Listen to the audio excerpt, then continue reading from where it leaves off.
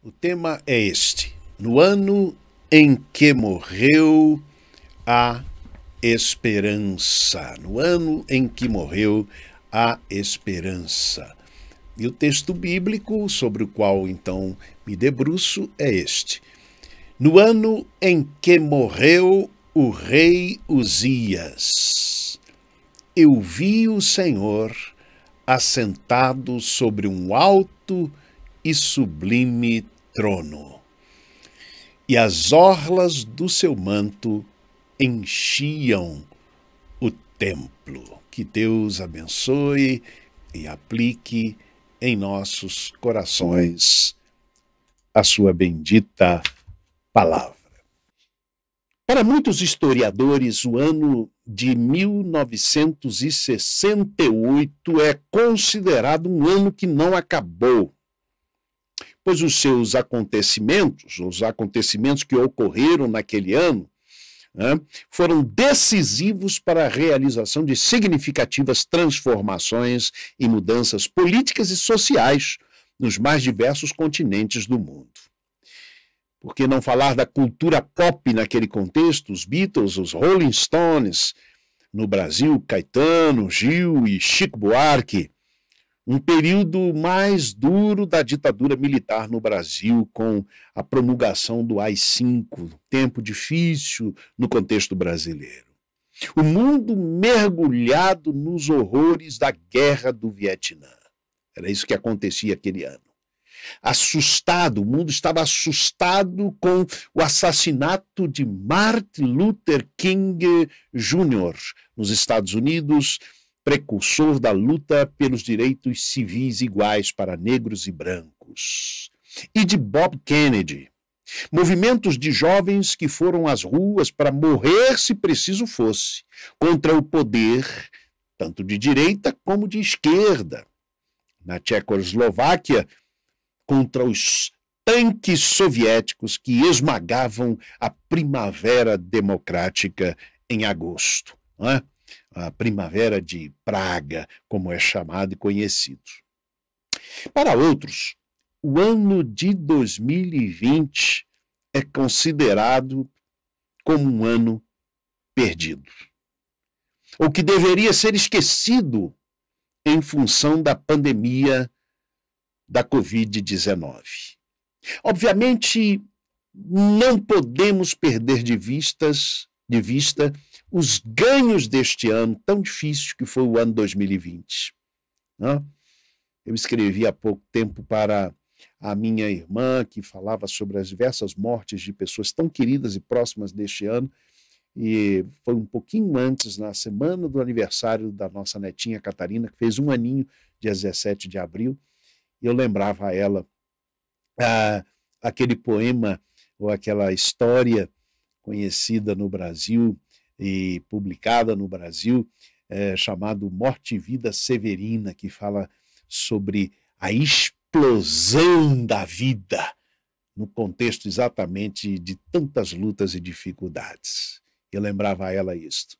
Então não posso esquecer deste fato e deste detalhe, que foi em 2020 que nasceu a nossa netinha, e outras crianças também nasceram neste ano, renovando a nossa esperança. E talvez nós pensássemos, vai acabar em 2020. Infelizmente não acabou. Os anos mais difíceis, o tempo mais duro, tem sido estes 4 primeiros meses do ano 2021. Morreu mais gente do que em todo o ano 2020. Portanto, meus amados irmãos, vivemos um tempo assim, que pode ser muitas vezes dito: o ano de 2020 ainda não acabou. No ano de 740 a.C., um jovem, aos 25 anos de idade, de nome significativo, Isaías, que significa o Senhor é ajuda, o Senhor é socorro. Eu fico imaginando o sentimento dos pais quando colocaram este nome neste jovem Isaías. Ele, de uma respeitada família de Jerusalém, do reino de Judá, do reino do sul, com acesso aos reis e aos oficiais da corte do reino de Judá.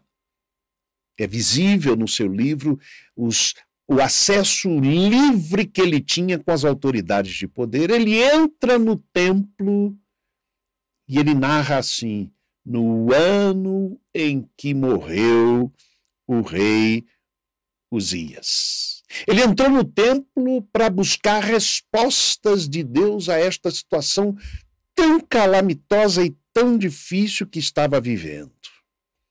Ele foi buscar respostas de Deus para a morte da esperança. Talvez assim estivesse em sua mente. A sua descrição daquele ano foi a esta que mencionamos. No ano em que morreu o rei Uzias. Mas ele conclui dizendo: eu vi o Senhor.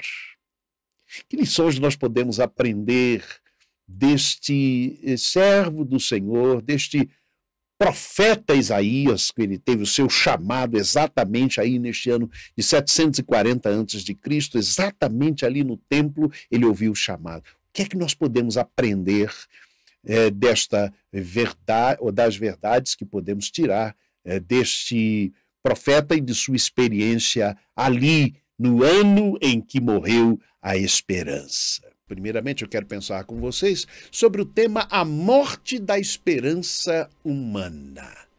Como é possível descrever esta difícil experiência de Isaías, não apenas de Isaías, mas de todo o povo de Deus. Bem, o que nós podemos aprender aqui? Uzias, o rei que é mencionado aí, que morreu, o nome dele significa minha força é o Senhor. Minha força é Javé. Ou também era chamado de Azarias.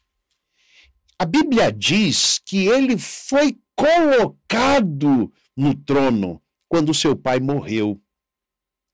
Ele foi colocado no trono pelo povo. Preste bem atenção nesse detalhe, 16 anos de idade. Começou a reinar aos 16 anos de idade. Isso era possível naquele tempo. E reinou em Judá por 52 longos anos. A Bíblia diz, em 2 Crônicas 26, que ele fez o que era reto aos olhos do Senhor, conforme tudo o que fizera Amazias, o seu pai. Fez o que era reto aos olhos do Senhor. E isso, meus amados irmãos, acendeu a esperança, porque o seu pai tinha morrido assassinado numa guerra com o Reino do Norte. Então, obviamente, naquele contexto da morte do seu pai, a esperança morreu. E por isso, quando ele surge, ele faz renascer a esperança. Diz a Bíblia no verso 5 de 2 Crônicas 26, e buscou a Deus enquanto viveu Zacarias, profeta Zacarias, que o instruiu no temor de Deus. E a Bíblia diz assim, e enquanto buscou ao Senhor, Deus o fez prosperar. Não apenas a ele, fez prosperar toda a nação. O verso 7 diz, Deus o ajudou contra os filisteus, os ferrenhos inimigos do povo de Deus. Vivia a perseguir o povo de Deus. Deus o ajudou.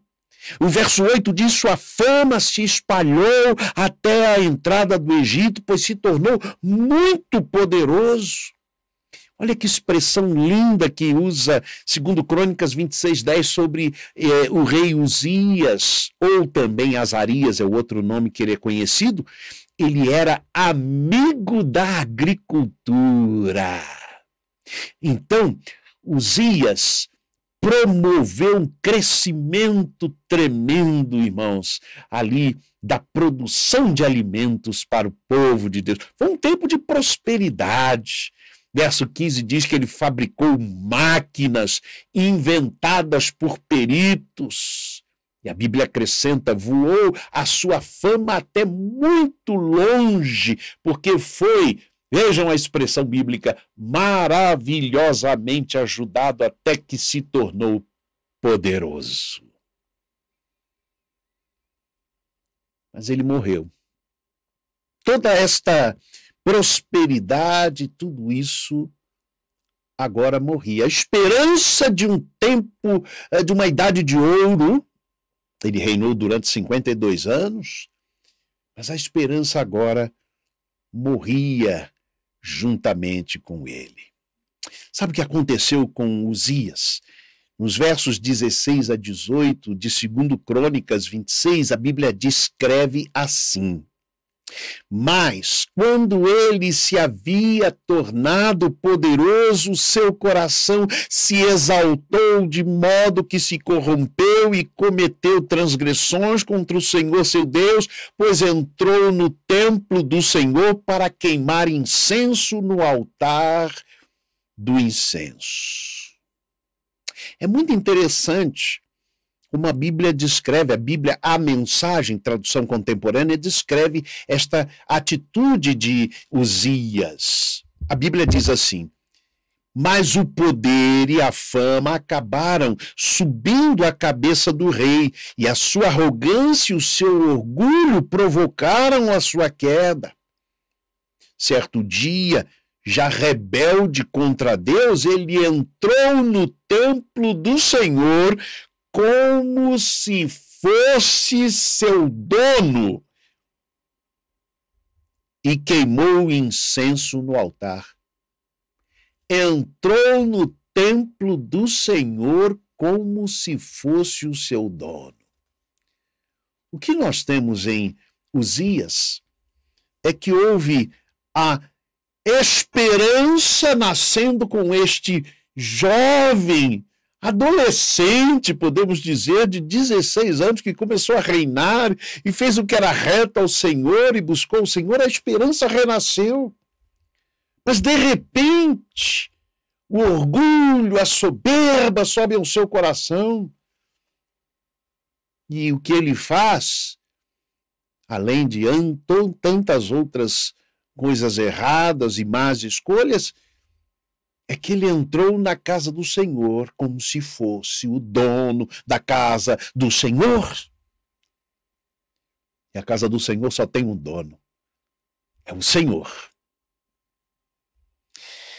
O verso 19 diz que os sacerdotes se indignaram com ele, revoltados com esta atitude dele, dizendo: não é permitido a você queimar o incenso, esta é uma atividade do sacerdote.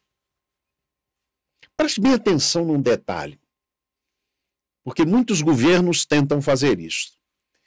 A atitude de Uzias ao entrar no templo como se fosse dono da casa do Senhor e de querer tomar a posição que era só dos sacerdotes, era uma tentativa, preste bem atenção nesta expressão, de sacralização do seu poder, de tornar sagrado o seu poder, assim, sacralizando e justificando ou tentando legitimar espiritualmente as suas escolhas, as suas atitudes erradas. Muitos poderes humanos, muitos homens humanos tentaram fazer isso. Indignando-se ele com os sacerdotes, mais de 80 sacerdotes levantaram a voz contra ele, indignando-se ele, diz o verso 19, contra os sacerdotes. Sabe o que aconteceu com ele? Nasceu-lhe a lepra na testa, perante os sacerdotes na casa do Senhor, junto ao altar do incenso. Assim ficou leproso o rei Uzias até o dia da sua morte, e por ser leproso morou numa casa separada, pois foi excluído da casa do Senhor. Sabe o que eu aprendo com isso? Uzias começou muito bem, mas terminou muito mal. Por quê? Porque se exaltou seu coração. A soberba, a vaidade, pelo cargo, não perseverou em seguir ao Senhor, em fazer o que era reto aos olhos do Senhor. E tentou se apropriar daquilo que era o papel do sacerdote, para tentar sacralizar e legitimar as suas escolhas e as suas ações. O que a gente aprende aqui é que a esperança humana morreu com o desvio de Uzias e com a sua morte. Esta foi o triste final de um reino que começou muito bem. Em segundo lugar, eu quero falar sobre a visão de Deus que faz arder a esperança de Deus. Observem, irmãos, o que nós aprendemos neste texto. No ano da morte da esperança humana, Isaías viu o Senhor. É muito bonito, eu acho muito expressiva a sentença de Isaías, quando ele começa no versículo 6, no ano em que morreu o rei Uzias. Como eu disse, ele tinha acesso, era de uma família importante, Isaías, e ele tinha acesso aos reis e aos oficiais do rei. No livro dele nós vamos ver várias vezes, ele chamando inclusive a atenção. Então observem esse detalhe. No ano em que morreu o rei Uzias, eu vi o Senhor assentado sobre um alto e sublime trono. A visão de Deus fez arder a esperança de Deus no coração de Isaías, que estava triste, que estava melancólico, que estava desesperançado. Um jovem, aos 25 anos de idade, foi ao templo buscar renovar a esperança, entender de Deus esse tempo difícil, irmãos. No ano da morte da esperança humana, Isaías viu o Senhor. Sabe, para que a esperança divina nasça em nossos corações, às vezes é preciso matar a esperança humana.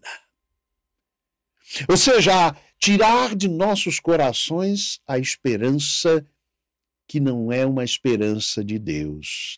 A esperança humana tem que morrer para fazer germinar a esperança divina.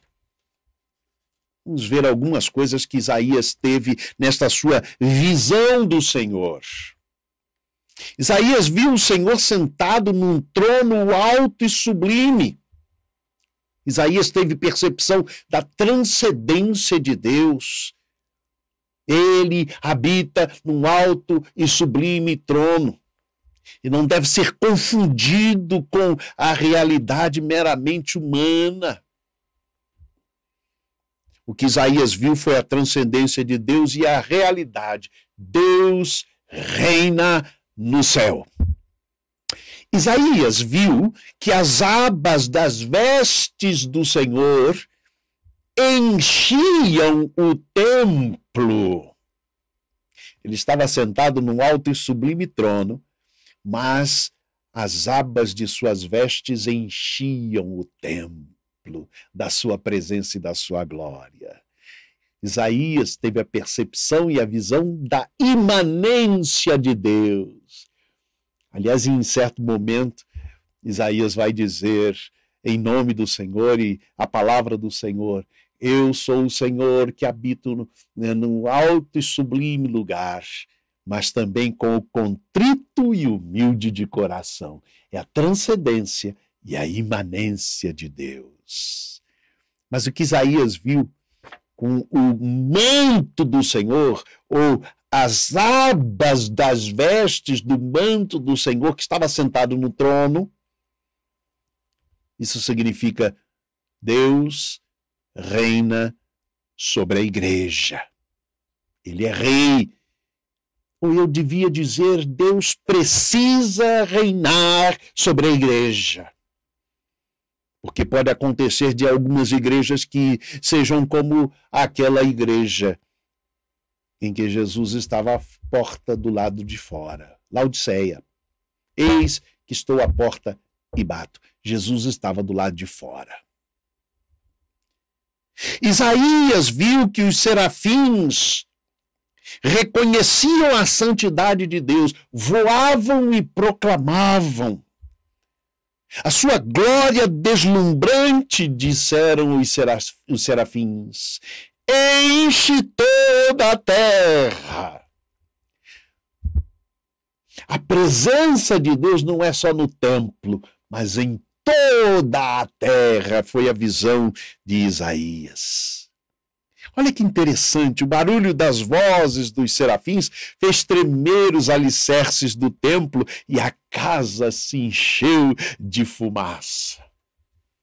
Que lições preciosas são essas que podemos aprender de que a visão de Deus faz arder a esperança de Deus, de que Deus reina nos céus, Deus reina sobre a igreja e deve ser o Senhor a governar as nossas vidas. E é assim que a esperança divina é apropriada. E Deus precisa reinar sobre toda a terra. O apóstolo Paulo, em Coríntios, em Atos 18:9, a Bíblia diz que ele chegou à cidade de Corinto. A cidade de Corinto é uma cidade marítima. E quem já viveu em cidade marítima sabe o que é a realidade, muitas vezes, da promiscuidade, do pecado nessas cidades marítimas. Pois bem, o apóstolo Paulo chegou lá e eu imagino que aquilo que ele viu começou a encher o seu coração de amargura. Ele toma uma decisão de deixar a cidade de Corinto, porque não estava muito funcionando ali a pregação do evangelho.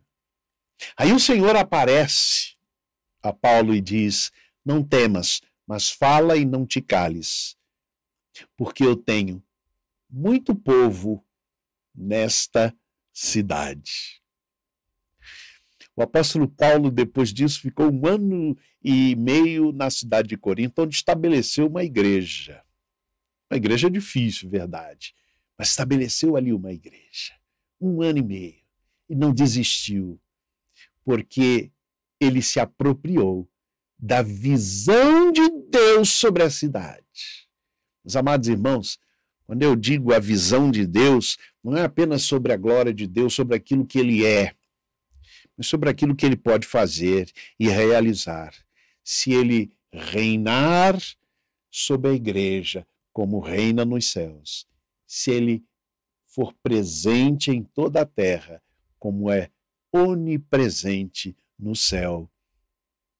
Meus amados irmãos, precisamos que a visão de Deus faça arder em nós a esperança de Deus. Terceira verdade que quero trazer para vocês é esta: é que a visão correta dos seres humanos faz acender a esperança divina. É preciso ter uma visão correta de si mesmo e dos seus para fazer acender a esperança divina. É isso que eu aprendo com esse texto, que diz assim no verso 5. E depois que ele viu, que Isaías viu estes serafins enaltecendo a santidade de Deus, cobrindo os seus olhos com 2 asas, cobrindo os seus pés com 2 asas, com outras 2 voando, e proclamando a verdade de Deus, santo, santo, santo é o Senhor, toda a terra está cheia da sua glória. O resultado foi este, diz no verso 5 assim, ai de mim, estou perdido porque sou homem de lábios impuros e habito no meio de um povo de impuros lábios, e os meus olhos viram o Rei, o Senhor dos exércitos. Ai de mim é a primeira expressão de Isaías. Um jovem de 25 anos de idade, que perdera a esperança na liderança de Uzias, o rei que começou bem, mas não terminou bem. É isso que vai no coração dele, e a gente podia dizer, mas não. Ele podia ter aqui acusado o rei Uzias, pecador. Ele podia ter começado falando dos outros. Não, ele começa por ele mesmo. Minha culpa, minha máxima culpa. É assim que Isaías vê o resultado da visão de Deus, da percepção da glória de Deus e da santidade de Deus. Ele diz, eu sou homem de impuros lábios. Boca suja revela um coração impuro. É o que podíamos dizer aqui sobre esta situação. Hoje pela manhã mencionei que álcool em gel, ou álcool gel, água e sabão não podem higienizar o coração. Não. Álcool e gel, água e sabão não podem curar o coração. E a boca fala do que o coração está cheio. Isaías reconheceu, ai de mim, em primeiro lugar. Depois ele reconhece também o pecado dos seus, que o cercam, não apenas o seu próprio, mas também habito no meio de um povo de impuros lábios. Não é ouvir os meus irmãos nesse nosso tempo que mata a esperança. São os corações, muitas vezes, impuros, que matam a nossa esperança. Em quarto lugar, eu percebo nesse texto o último aspecto que eu quero ressaltar com vocês. A esperança divina é intermediada por pessoas de Deus. Observem o seguinte.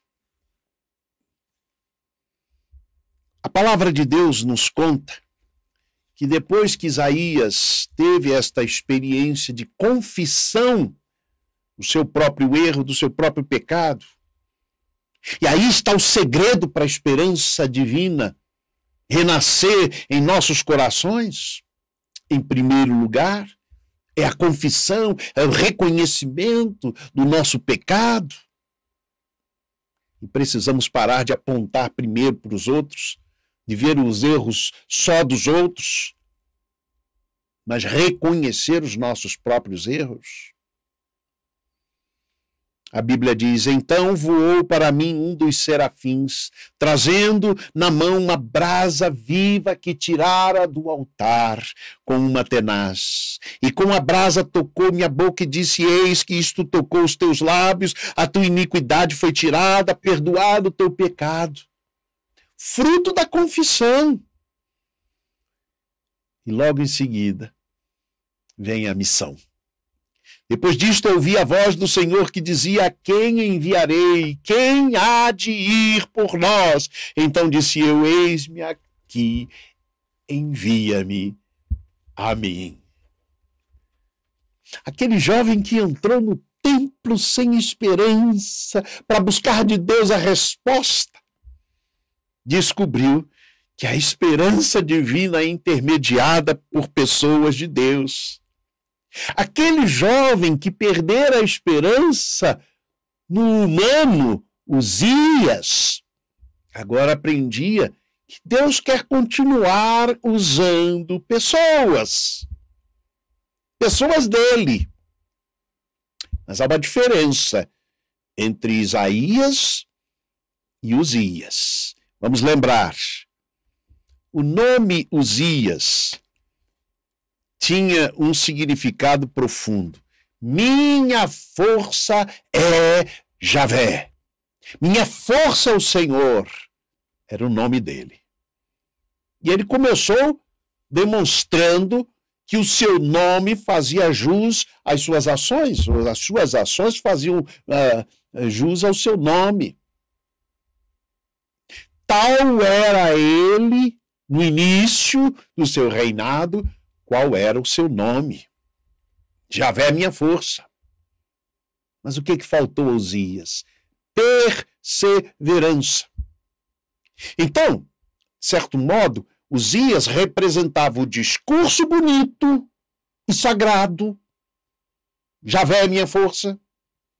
Vocês imaginem, toda vez que alguém o chamava pelo nome, Rei Uzias, Rei Javé é minha força. Era o tempo todo o discurso dele. Mas faltou perseverança. Então o discurso não batia com a prática em um certo momento da sua vida. Por isso é que a esperança divina que é intermediada por pessoas de Deus precisa ser de pessoas não só de discurso, mas de vida e de prática. Não só de bons começos, mas de um bom começo, um bom meio e um bom fim. É por estas pessoas que Deus vai conduzir a sua esperança divina em meio à desesperança. Há uma poesia, Bertolt Brecht, que diz que algumas pessoas lutam algum tempo. E essas são pessoas boas. Há outras que lutam muito tempo. E estas pessoas são muito boas. Há aqueles, entretanto, que lutam toda a vida. Estes são os imprescindíveis. Imprescindíveis. É aquele que persevera em buscar o Senhor. Meus amados irmãos, no ano em que morreu a esperança, nós somos chamados a sermos arautos da esperança, a sermos nós mesmos canais da esperança para este mundo. Mas é uma esperança que não é humana, não está fundamentada em pessoas, em ideologias humanas, preste bem atenção nisso. Nenhuma ideologia pode representar a esperança divina. Nenhuma ideologia humana. Ela pode ser instrumento até, mas jamais vai representar a realidade. Deus quer usar pessoas, homens, mulheres, que busquem a Deus e que se dediquem a Deus com perseverança, com dedicação, todo o tempo. Estas são imprescindíveis. Que você seja imprescindível na renovação da esperança para este mundo tão sem esperança.